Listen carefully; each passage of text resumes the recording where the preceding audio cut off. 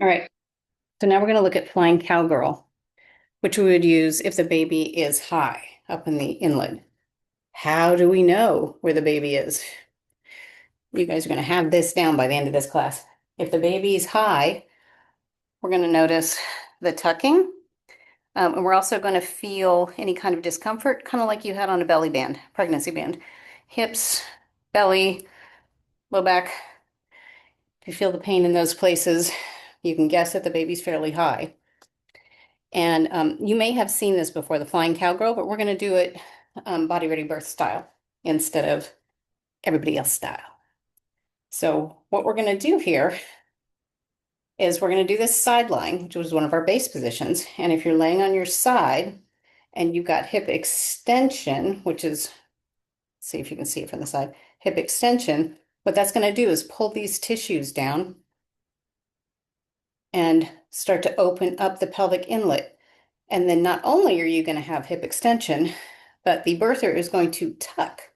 So they're also going to orient the pelvis with the hip extension and the tissues pulling down so that the baby can get into the pelvic inlet. This is a fantastic thing to do if baby isn't engaged yet and you're in early labor to try to help the baby get engaged. So let's see what it looks like. We're going to lay on the side.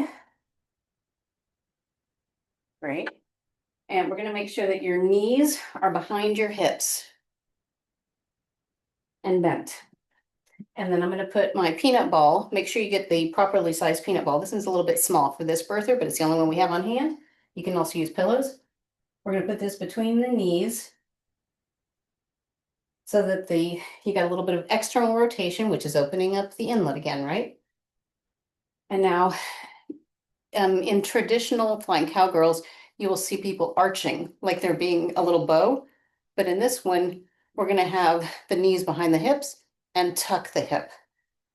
So I know that sounds a little awkward, but give it a try and see what it feels like. So the knees are behind the hips, and then you're going to try to tuck your hip under a little bit. Did you tuck? Okay.